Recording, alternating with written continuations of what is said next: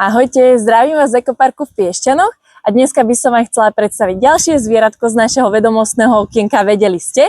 A tentokrát ide o korytnačky ostrohaté.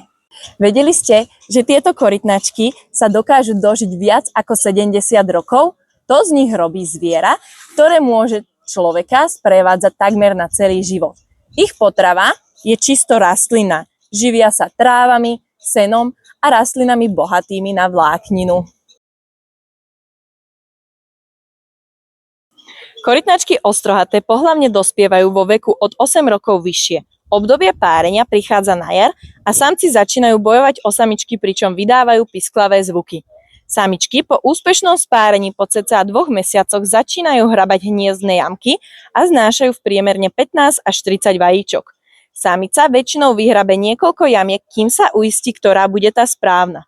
Hrabanie jednej jamky zaberie aj 5 hodín a po nakladení vajec ich zase zahrabe a usadaním uľahne zeminu, takže je dosť ťažké znášku nájsť.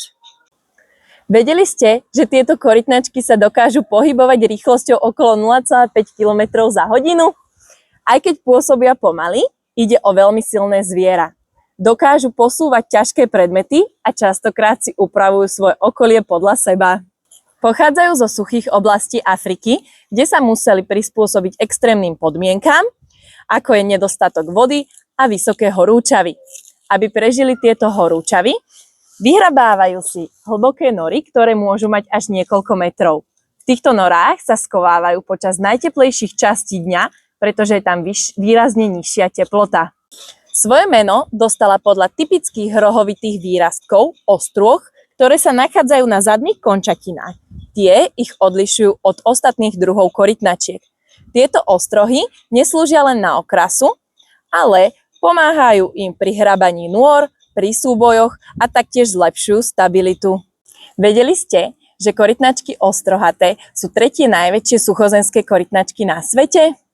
Dospelé jedince môžu vážiť viac ako 100 kg a dĺžku môžu dosiahnuť až okolo 80 cm. Samce sú väčšie, majú dlhší chvostík a plastrón, čiže spodnú časť panciera majú jemne preklenutú, čo im slúži na lepšie prichytenie sa na samičke počas párenia. Samičky sú menšie a širšie. Plastrón nemajú preklenutý a chvostík majú kratší. Ak sa vám toto video páčilo, nezabudnite hodiť odber a vidíme sa pri ďalšom videu.